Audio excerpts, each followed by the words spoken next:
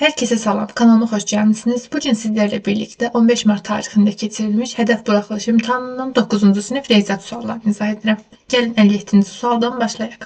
Demək, deyir ki, tərəfinin uzunluğu 8 olan bərabər tərəfli üçbucaq ilə tərəfinin uzunluğu x olan kvadratın perimetrləri bərabər olarsa, məxrəci x olan düzgün kəsirlərin sayını tap.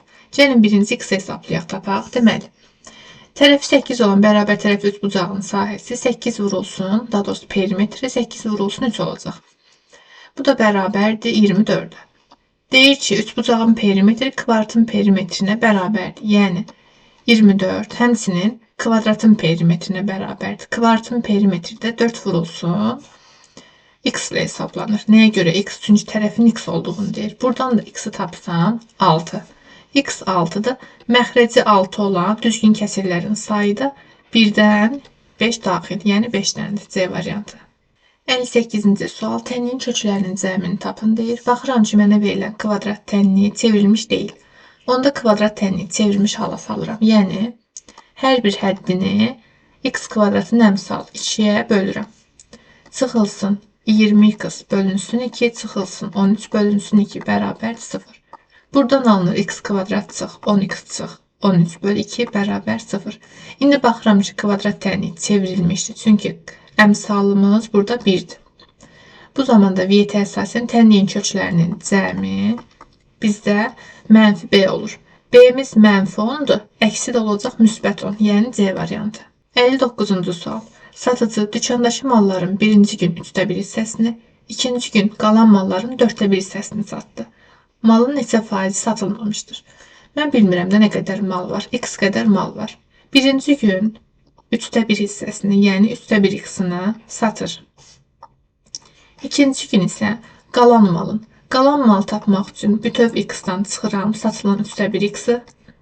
Bu da olur bizdə 3'də 2 x düzdür. Qalan malın 4'də 1 hissəsini satıb, yəni 3'də 2 x-in 4'də 1'ini satır. Bu da olur 2'lər ixtisar gedir. 6'da 1x. Bu da yine satılandı. Satıldı. Bize deyir ki, malı neçə faiz satılmayıbdı. Bütöv x idi, düzdür. X-dan çıxıram satılanları. 3'də 1x, bir də 6'da 1x. Bu da olacaq bizdə deməli. X çıxılsın 6'da 3x. Yəni cavab dili 6'da 3x. Bu da ixtisar gedir 2'də 1x. 2'də 1'i satılmayıbdı. İndi mənə bunu faizlə tap deyir. 2'də 1'i vururam 100 faizə. Bu da olur 50 faiz. Yəni 50 faiz satılmayıbdı. A variantı. 60-cı sual deyir ki, A ve B nöqtələri x, y nöqtəsinə nəzərən simmetrikdir. X üstəgəl y tapın. Deməli, 2 vurulsun x çıxılsın A'nın x'i, yəni 3. Bərabər olmalıdır B'nin x'ına, yəni mənfi 1'e. Buradan 2x bərabərdir 2'ye, x də bərabərdir 1'e. Daha sonra y'lər üçün yazsam, 2 vurulsun y çıxılsın A'nın y'yi, yəni 7, bərabərdir B'nin y'inə, yəni 5'e. 2y bərabərdir 12, y də bərabərdir 6. X və y'in cəmi də 1 üstəgəl 6, o da olacaq 7, yəni D variantı. 61-ci sual bərabərsizliyindən x, y hasilini tapın deyir. Fikir verirsəz, x üstəgəl y-in kvadratı cüt dərəcə düzdür.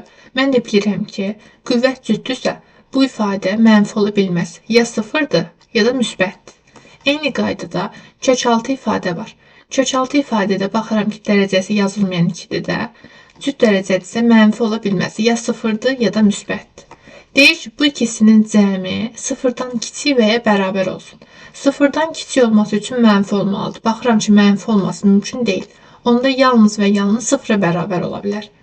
Deməli, x üstəgəl y-in kvadratı da 0 imiş. Həmçinin kök altında 2x çıx 6 da 0 imiş. Buradan mən x-i tapıram. 2x çıx 6 0'dır. X də bərabər 3'ə. Gətirirəm, bax bu 3'ü yuxarıda yerinə qoyuram. Deməli, 3 üstəgəl y-in kvadratı 0 imiş. 3 üstəgəl y 0'dır, y də mənfi 3'dür. Məndən x vur y istəyir, yəni 3 vurulsun mənfi 3, o da olacaq mənfi 9, yəni Y variantı. 62-ci sual deməli ifadəni sadələşdirin deyir. Baxıram ki, məxrəcdə kvadratlar fərqi verilibdir. Kvadratlar fərqini açanda bu fərqlə Məxrəcdə də yenə A çıxılsın, 1 böl A vurulsun. A üstə gəl 1 böl A'dır. Bu fərqlə məxrəcdəki fərq gedir. Geriyə qalır yalnız deməli sürətdə 1, məxrəcdə də bax bu ifadə qalır. Bunu da ortaq məxrəcə gətirsəm, A'da A vurulsun A, yəni A kvadrat üstə gəl 1 olacaq. Vurulsun 2A'nın kvadratı üstə gəl 2 bölünsün 5A'nın kvadratı. Bərabərdir. Burada A keçəcək yuxarı, yəni sürətə. A bölünsün A kvadrat üstə gəl 1 vurulsun 2 vurulsun A kvadrat üstə gəl 1 bölünsün 5A'nın kvadratı. Burada A kvadrat üstə gəl 1 ixtisar gedir. Burada da A'nın 1'i gedir, məxrəcdə 1'i qalır. Qüvvəti 1 olaraq qalır. 2 bölünsün 5A. Bu da olacaq bizdə A variantı. 63-cü sual.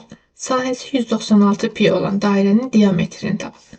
Sahəmiz pi r kvadratı ilə hesablanır. Pi r kvadratı 196 pi'dir. Mən 169 yazdım. 196 pi'dir. Pi'lər ixtisar gedir. R kvadratı 196'dır. R də bərabərdir 14'ə. Diametrdə radiusun 2 mislidir. 2 vur 14, yəni 28 Y variantı. 64-cü sual. M'in hansı qiymətində funksiyasının qrafiki 2 və 4-cü rüblərdən keçər? Baxıram ki, funksiya deməli x'in qüvvəti 1'dir. Yəni bu funksiya y bərabər kx funksiyasıdır. Biz də bilirik ki, ikinci və 4-cü rüblərdən keçirsə k olmalıdır bizdə 0'dan kiçik, yəni mənfi. İndi burada da k'nın yerində ifadə dayanıbdır. M kvadratı üstə gəl 4. Deməli 0'dan kiçik olmalıdır. Baxıram ki, bu da mümkün deyil. Çünki m kvadrat hər zaman müsbətdir. Üzərinə 4 əlavə edir, müsbətdir. Yəni mənfi ola bilməz. M'in heç bir qiymətində Y variantı.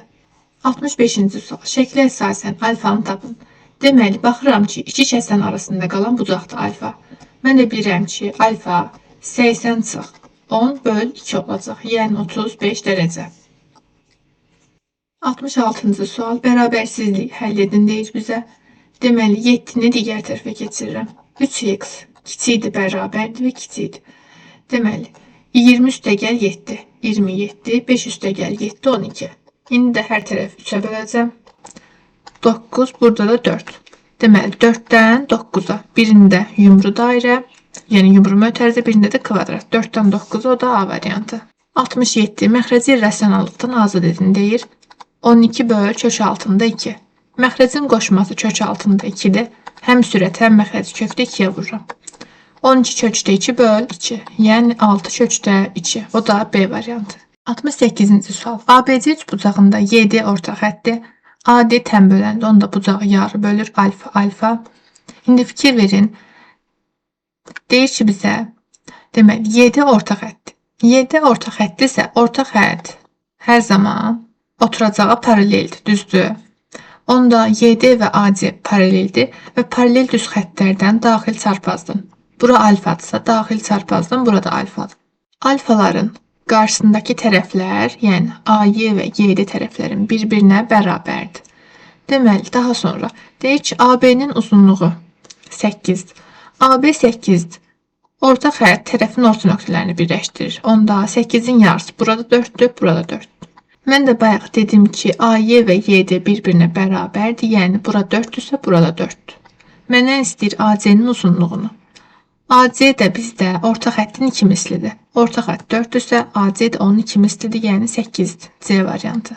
69-cu sual. İki zər açıldıqda üstünə düşən xallar cəminin 10 olması ehtimalını tapın. Deməli, xallar cəmin 10 olması üçün deməli 6, 4 və bunların yer dəyişməsi 4, 6. Daha sonra 5 ilə 5'i götürürəm, yer dəyişməsi də yoxdur. Yəni, əlverişli hallarım 3'dür.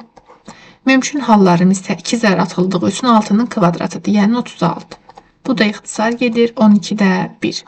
Olacaq hansı variant? D variantı. 70-ci sual. Deməli, ədəd oxu üzərində BA-dan sağda yerləşir. Ədəd oxu çəkirəm. Deməli, BA-dan sağdadır. A buradadırsa B onun sağındadır. Daha sonra C isə A və B-nin arasındadır. Burada da bir C var. Deyir ki, A çıxılsın C. İndi baxıram ki, A C-nin solundadır. Yəni A C-dən kiçikdir. Kiçikdən böyük çıxıramsa işarəm mənfidir. Molun daxili mənfidirsə, modulun içindəki ifadə yox, onun əksi çıxmalıdır. Yəni A çıx C yox, əksi çıxacaq. C çıx A çıxacaq. B çıx C yazıb. Baxıram ki, B C-dən böyükdür. Deməli, bunun işarəsi müsbətdir. Olduğu kimi çıxır. B çıx C.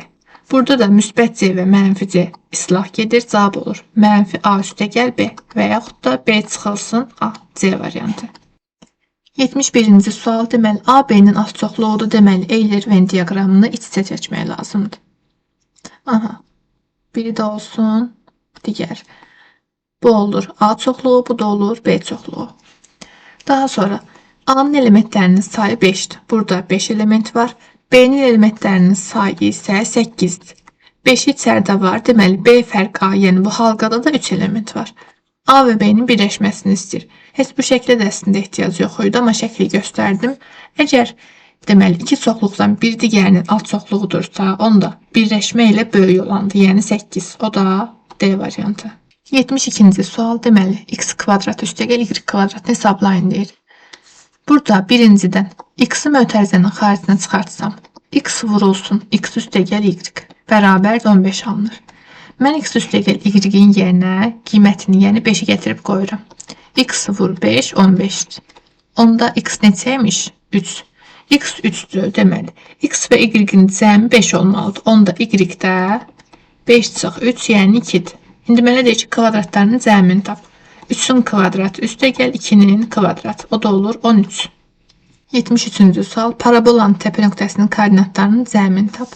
Deməli, təpə nöqtənin x-i, yəni m, mənfi b böl 2 ilə hesablanır. Mənfi b-nin yerində bizdə mənfi 6'dır. 2 vurulsun. A-nın da yerində 1'dir. Bu da oldu 3. İndi n tapmalıyım. N tapmaq üçün də x-in yerinə 3'ü gətirib qoyuram. 3'ün kvadratı çıx 6 vur üstə gəl 16. Bu da bərabərdir. 9 çıx 18 üstə gəl 16. Yəni mənfi 9 üstə gəl 16. Bu da 7'dir. Koordinatların cəmi 3 üstə gəl 7. Bu da olacaq 10. 74-cü sual. Deməli, y böl x-i istəyir. Çarpaz vururam. X üstə gəl y bərabərdir 3x-a. Buradan y bərabərdir 2x-a. İndi gətirirəm qoyuram yerinə. Y böl x tap deyir. 2x böl x, bu da olacaq bizdə 2. 75-ci sual. Katetlərinin uzunluqları 6-8 olan düzbucaqlı üçbucağın daxilinə çəkilmiş, deməli, çevrənin, dairənin sahəsini istəyir. Birinci mən daxilinə çəkilmiş dairənin radiusunu tapmalıyam. Daxilə çəkilmiş, deməli, dairənin radiusu A üstə gəl B çıx C böl 2 düsturu ilə hesablanır. Baxıram ki, katetlər məlumdur. 6 üstə gəl 8 çıxılsın. Hipotenuz məlum deyil. Hipotenuzu Pifagor teoremi ilə tapıram. Deməli, 6'nın kvadratı üstə gəl 8'in kvadratı, o da olur 100. Kök altında 100'dən də 10 çıxır. Deməli, hipotenuzum da 10'dur. Bölünsün 2. Bu da olacaq 4 böl 2, yəni radius 2'dir. Sahəsini istəyir. Sahə də pi r kvadratıdır. Pi'ni də bizə 3 veribdir. 3 vurulsun radius 2'nin kvadratı. Bu da olur 12. 76-cı sual. Qiyməti 80 manat olan ayaqqabı neçə faiz bahalaşarsa 100 manata satılır. Deməli, 80 manatdır. 100 manat olması üçün üzərinə 20 manat əlavə edib. Düzdür?